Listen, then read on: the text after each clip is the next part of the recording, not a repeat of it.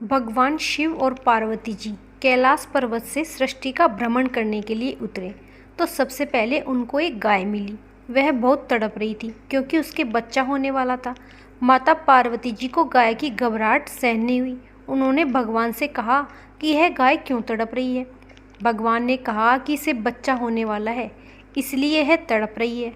माता पार्वती ने कहा कि एक बच्चे के लिए इतना दुख झेलना पड़ता है, तो मुझे बच्चा नहीं चाहिए, आप तो मुझे गांठ दे दीजिए, मैं ऐसे दुख देख नहीं सकती। भगवान बोले कि मेरे हाथों से बांधी हुई गांठ फिर नहीं खुलेगी। तब वह आगे गए।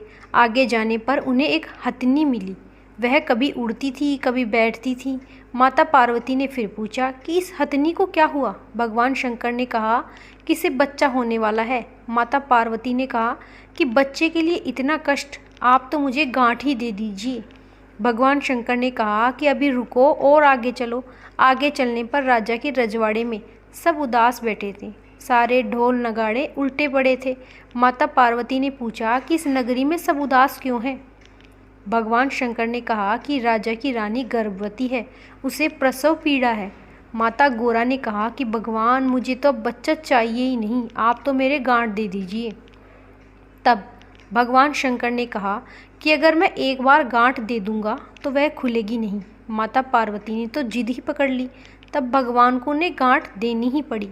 जब वह सैर करके वापस लौट रहे थे तो उन्होंने देखा कि राजा के यहाँ शहनाई बज रही हैं, खुशियाँ मनाई जा रही हैं।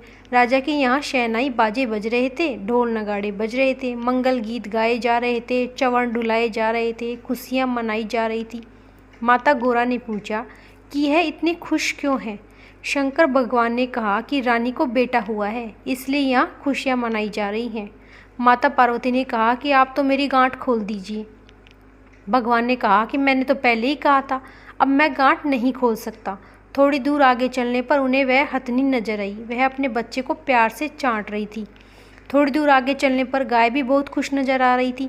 गाय भी अपने बच्चे को चाटे जा रही थी। माता पार्वती ने देखा कि बच्चा होने पर जानवर इतने खुश होते हैं तो मनुष्य तो पता नहीं कितने खुश होते होंगे। उन्होंने जिद पकड़ ली, भगवान आप मेरी गांठ खोल दीजिए। लेकिन भगवान शंकर ने कहा कि मेरी दी हुई गांठ एक बार देने के बाद खुलती नहीं। घूमते घूमते वह कैलाश पर्वत पर पहुँचे। तब माता पार्वती ने स्नान करने से पहले अपने शरीर पर उपटन लगाया। माता पार्वती ने उपटन से एक छोटा सा बच्चा बनाया और उसमें प्राण फूंक दिए। बच्चा ने माता पार्वती को माँ शब्द बोला।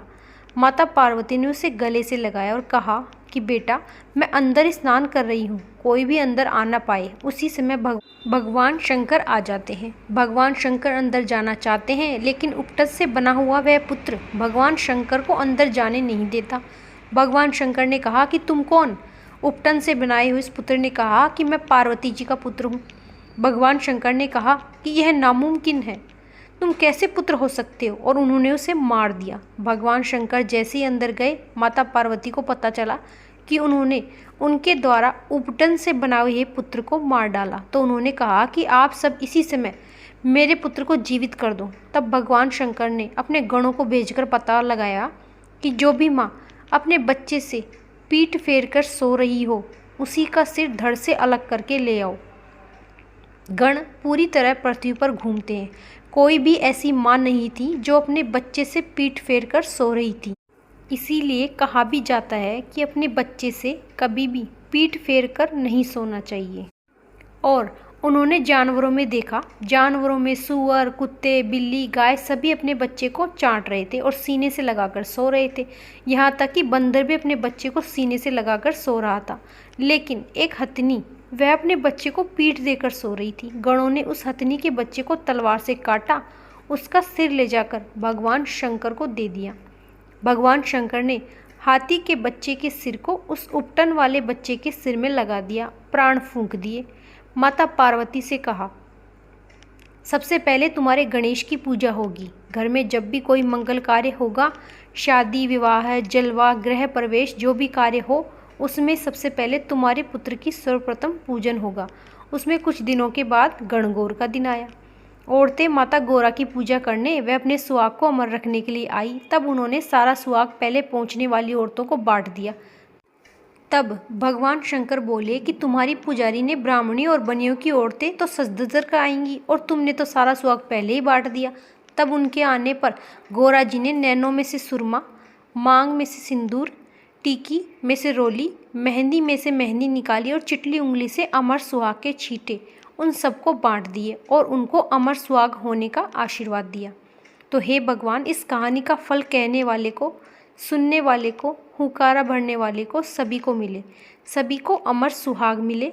घटती हो तो पूरी हो, पूरी हो तो परवान चढ़े, भूले बिसरे नाम तेरे भंडार में भरे।